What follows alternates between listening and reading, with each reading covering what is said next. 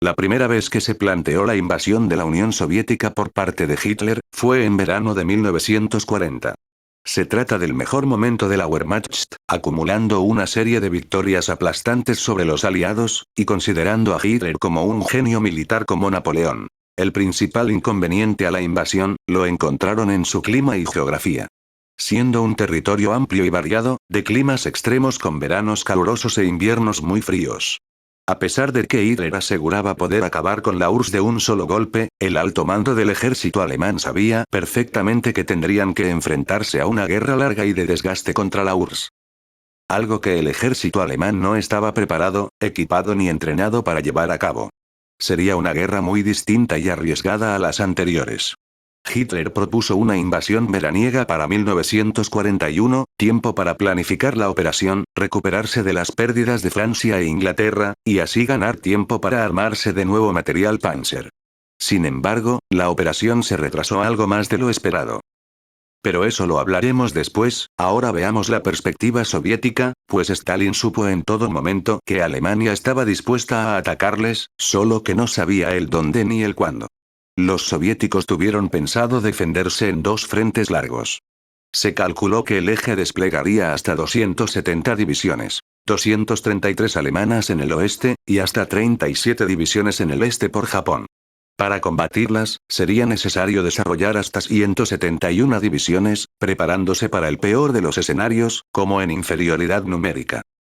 A pesar de las bajas en Finlandia y Mongolia, los enemigos de la URSS jamás pudieron romper las defensas soviéticas, por lo que pensaron que Alemania no sería la excepción y confiaron en una doctrina defensiva que les confiara la ventaja del terreno. Algunos mariscales pensaron que Alemania atacaría en el norte y en Pinsk, cosa que ocurrió de verdad, pero Stalin pensaba que lo más práctico para llevar una guerra blindada como la alemana, sería atacar por el sur, por lo que asignó dos líneas defensivas de alto rango. Es por esto, que la mayoría del ejército soviético estaba desplegado al sur, donde predominaban los recursos y el terreno era más apto para un ataque alemán, dejando el norte con menos reservas. Es por eso que los alemanes en apenas 2 días arrasaron las posiciones del norte. La suerte no estaba de parte de Stalin, y se equivocó en la estrategia. Alemania atacó con mayor fuerza el norte, con objetivos de romper la línea y avanzar hacia Leningrado, Minsk y Smolensk para llegar hasta Moscú, desplegando más de 3,5 millones de unidades. El grueso de la ofensiva eran 4 grupos Panzer, y 7 ejércitos convencionales, cuya habilidad era hacer la guerra móvil, siendo una poderosa fuerza blindada hasta finales de 1941. El 22 de junio empezó la invasión, y en 48 horas los alemanes arrasaron a las fuerzas enemigas. En las 2 primeras semanas, el ejército alemán había avanzado más de lo previsto, destruyendo al ejército soviético de frontera, cruzando los ríos Dwina y Dnieper, el grupo centro estaba cercando las fuerzas cerca de Smolensk, y el sur estaba a merced de ser flanqueado. Sin embargo, un golpe de realidad sacudió la Blitzkrieg. En los escritos de Goebbels, se puede ver que la URSS no estaba tan debilitada como pensaban, los soviéticos luchaban hasta el último hombre por convicción. Aquí sus escritos. Con este aparente éxito, Hitler supuso que esto le validaba como comandante supremo, y subordinó todo el aparato estratégico del ejército alemán.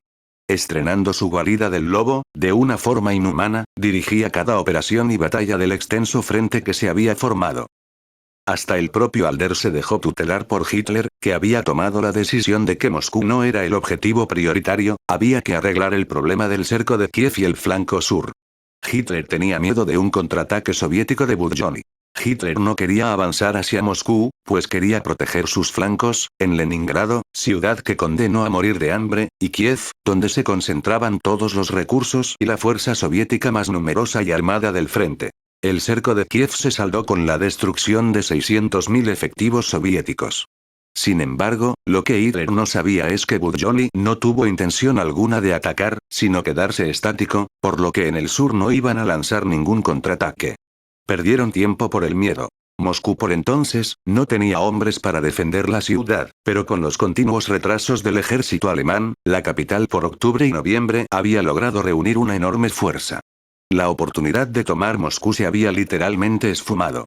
El 6 de septiembre, con los flancos asegurados, Hitler reanudó la ofensiva hacia Moscú. Sin embargo, el ejército alemán no era más que una sombra del inicio de Barbarroja, desgastado, sin recursos, ni refuerzos. Que mantuvieran un frente, era ya casi algo demasiado optimista. Después de 5 meses, las tropas estaban cansadas, las divisiones Panzer por debajo de sus mínimos, sin piezas de recambio ni unidades nuevas, algunas estaban por debajo del 30% de unidades.